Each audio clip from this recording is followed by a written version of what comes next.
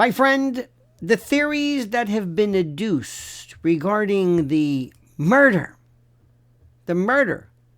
assassination of Charlie Kirk are incredible, brilliant, absolutely fascinating. The attention to detail, the angles, the incentives, the intent, the conspiracies, the motive, the opportunity, all of these fascinating facts may have absolutely nothing to do with the courtroom. They may never be heard by anyone. They may only be discussed here. Non-blood, super bones, and 30-06 behaviors. It's almost like the magic bullet. All of that may never, ever, ever be seen in trial, in a courtroom. And if it doesn't, what comes of it? Now, before anyone gets lost into theories and the actual conspiracies or internet certainty, there is one very critical cold question that quietly decides everything in a criminal case. And it is a question most people skip because it is not dramatic. For example, little things. Was any bullet ever forensically, ballistically linked to a rifle that can actually be tied to Tyler Robinson? Did he fire anything that day? Not whether you think it is, not whether you believe it. Can they prove it? They've talked about chin and forearm DNA and all types of evidence. Was there a rifle that was recovered? Was it fired? And was any bullet or slug or anything that was recovered, could it be linked to it through ballistics or what have you? If that's not true, if that fact is missing, reasonable doubt number one, ladies and gentlemen of the jury, you have to prove beyond into the reasonable doubt that this individual, Tyler Robinson, shot and killed Charlie Kirk. We can't even prove whether a gun was fired or if a bullet had anything to do with this gun. If you found a 38, could that have been the weapon? Maybe unrealistically, but sure. If no bullets recovered, a 38 might have been the murder weapon through the most incredible trick shot of all time. Now, that may sound ridiculous to you, but for purposes of reasonable doubt, because the prosecution has to prove it. And these facts can't be suspected or implied or assumed or linked. They have to be proved. And you and I can talk about this, but it doesn't matter. Why was there no blood? Why was he seen so calmly at a Dairy Queen? That's interesting. What does that prove? That may add a little bit of but that's not at all what a jury is going to be considering. Because if the answer is no to any of these, the entire case changes shape. If you cannot even prove that Tyler Robinson was involved in any shooting of any weapon at any time, I want to see what it is. And the preliminary hearing that's coming up is going to show their hand, at least initially, to prove that they have enough evidence to go forward. And that's going to be all ears. It's like the greatest deposition sequencing you'll ever have. And if the answer is yes, if yes, you can prove that he was involved, then the case narrows completely. Remember, I'm talking about the courtroom. I'm not talking about this other stuff, which is fascinating. But it's just like with JFK. We can prove a lot about Lee Harvey Oswald being the patsy, but that doesn't come up in a court of law. The point is, can they prove he killed JFK? And that is why, again, the preliminary hearing scheduled for the 16th matters more than any podcast or live stream or viral clip. This is the first moment the prosecution has to show its hand in a real courtroom. Not to prove guilt, not persuade a jury, but simply demonstrate that it has enough admissible evidence to move forward. But buried inside that very low bar is something far more important. This hearing will reveal how the state plans to tell its story and where that story may already be vulnerable. Forget what anybody has said on any podcast. And again, I'm not trying to diminish that. you're going to start paying attention. Start paying attention. And most people misunderstand preliminary hearings. They think nothing important happens there. No, it does. Like I said, in reality, it is the first stress test of the prosecution's theory. And this is where the court leans towards evincing that which it had, and we learn whether physical evidence exists or whether witnesses can withstand basic questioning, who the witnesses are, what they saw, what they're going to say, what's going to be introduced. It lays the groundwork. It lays the screenplay, and whether the narrative that they provide survives initial scrutiny. Remember, not internet stuff, courtroom stuff. And this is where we find out if there's a rifle, if there were bullets, if there's ballistics, if there's a chain of custody, who saw what, who are the witnesses, what is the state going to prove? What are they going to put forward? It's their show. And you may have all kinds of evidence that you have seen on other podcasts or other independent witnesses, but if the prosecution doesn't put up that fact, it doesn't matter. If there is a clean forensic bridge between a weapon and a wound, then we'll see what happens. But I don't see how that's going to be. At least we don't know.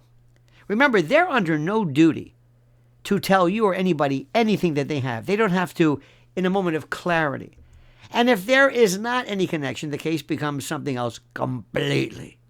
And one of the most dangerous assumptions in the public discussion and conversation is the belief that murder cases rise or fall on who fired the fatal shot.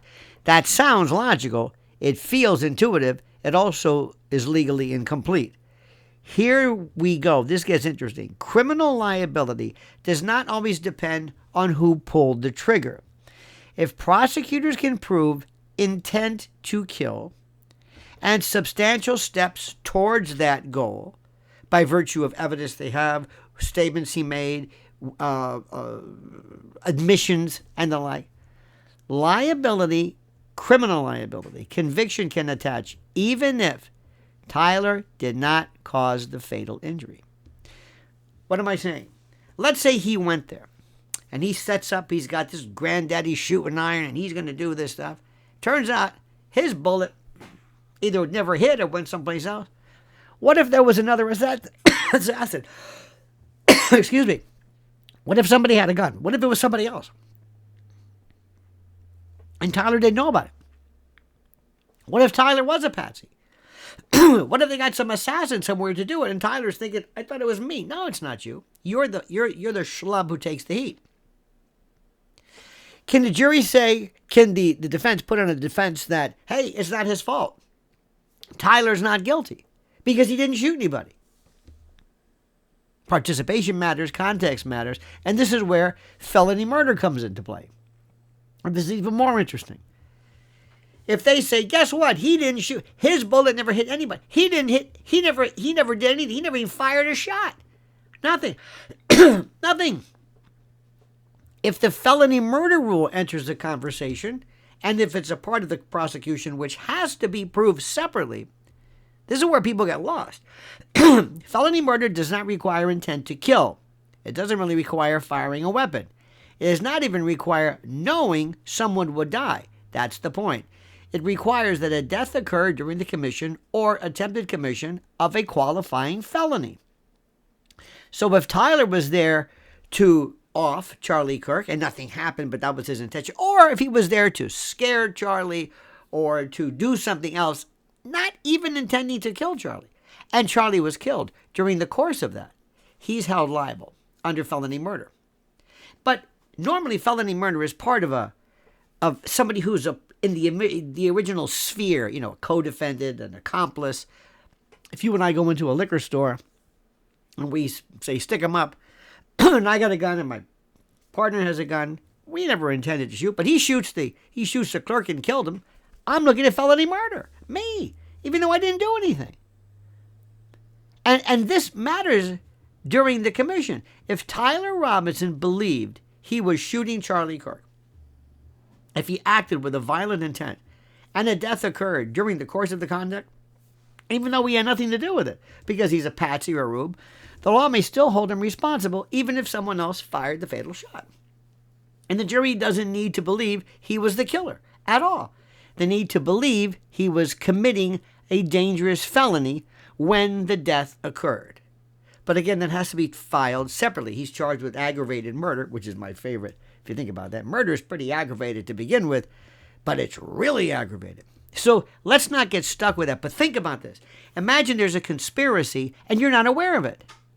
Imagine you think you're doing something, but no, it's other people who are actually doing the killing, but it's made to make you look like the culprit. You're the patsy.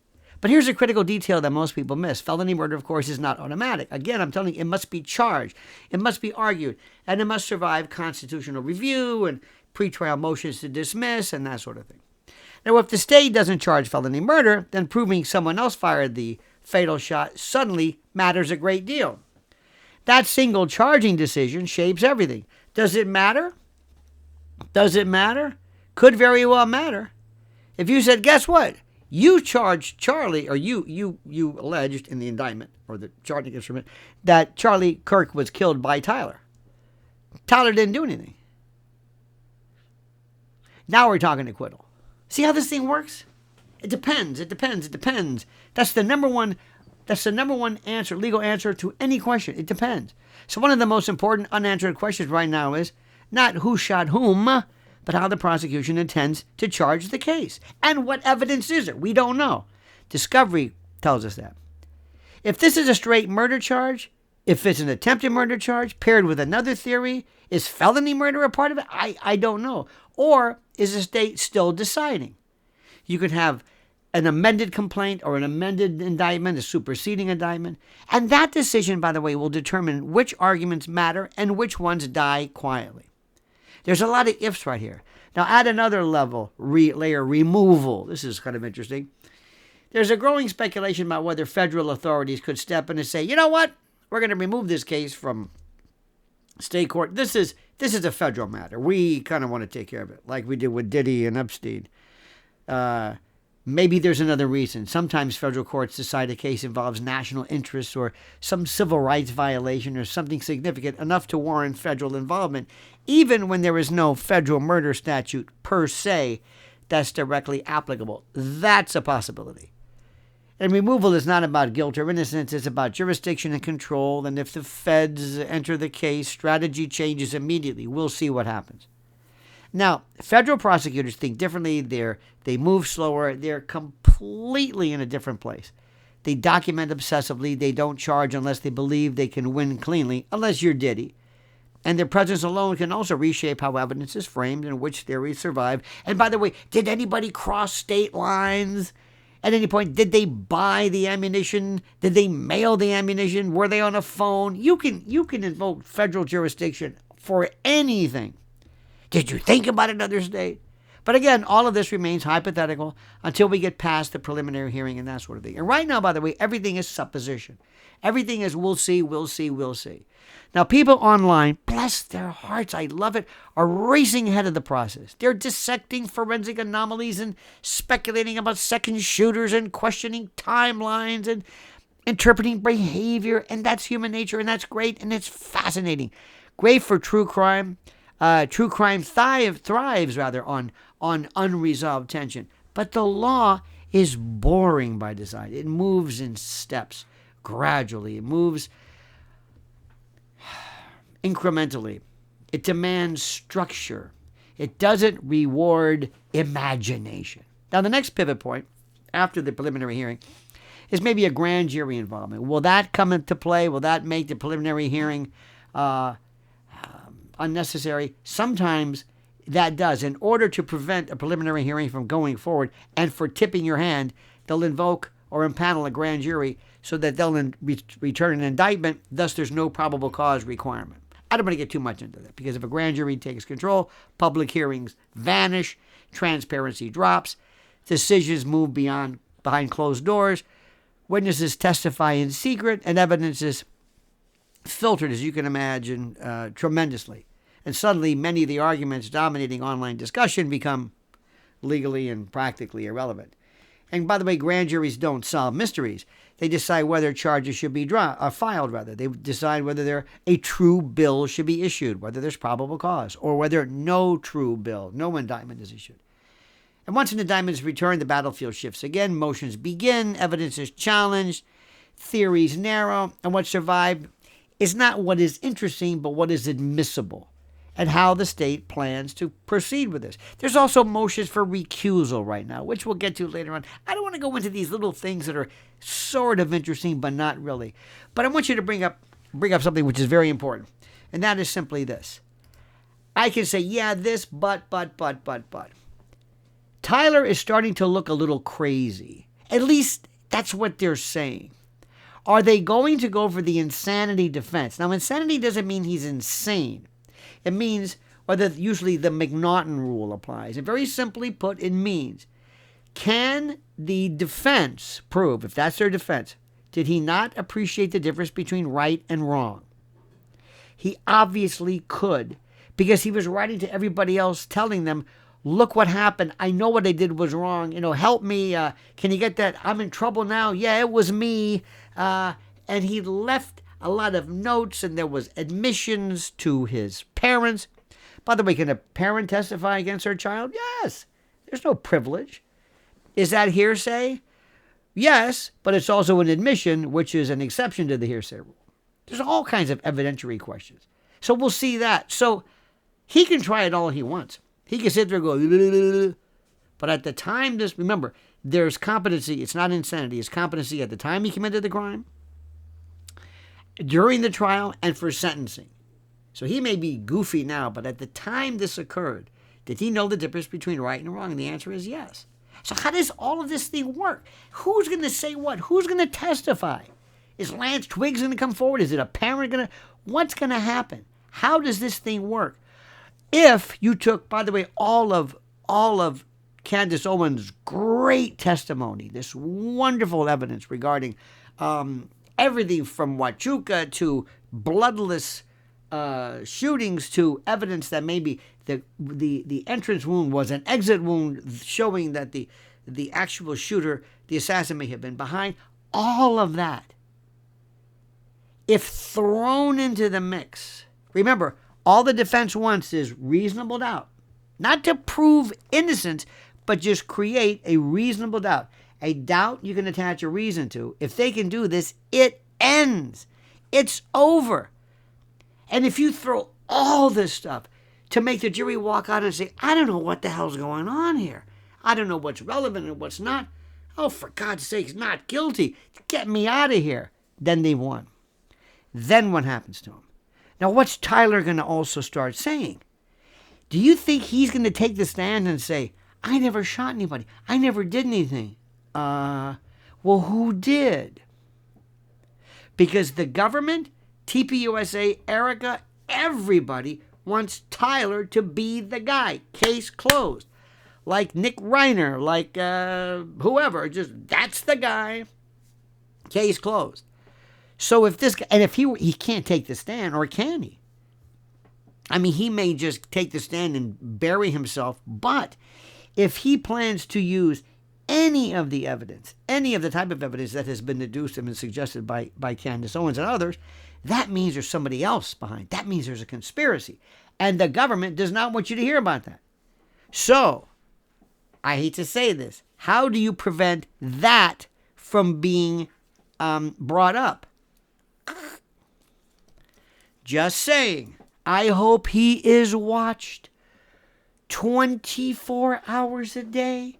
They've got to remove him from his current status, put him in an abandoned hospital or an Air Force base, have devices put on him where he wears paper clothing where he cannot possibly do harm, or made it to look like he has done harm or harm has been done against him, using different type of censored and various body parts to detect drops in temperature. I mean, there's a way to make sure, because remember, if anything happens to Charlie, that's it. Now, this is part one.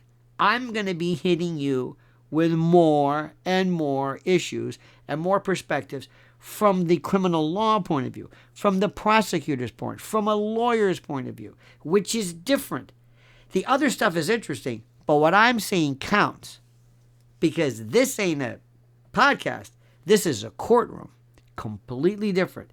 So I thank you for being with us. Thank you for kind words. Thank you for watching and following. Please, I'm asking you to continue to watch, to please, more importantly, well, not more importantly, but subscribe to our channel. We need your metrics. I have a series of questions that I have attached here for you to ask of you. Your insights are terrific. Again, remember, this is a series. I'm going to hit you with stuff. You're going to get an education. This is going to be the best law school you ever had, because I'm going to tell you stuff that they never really explain to you on TV or in courtrooms, but you're going to find it fascinating. Also, thank you for following us. Thank you also for following my wife, Lynn Shaw, and Lynn's Warriors. Your support has been so appreciated in her fight to protect children and to fight off and ward against child predation and online treachery and the like. Remember, community creates change. So follow her at Lynn's Warriors, and I thank you. All right, we've got more coming up. Thank you for this. And now I'm going to read your comments, and I ask you right now to comment as you see fit.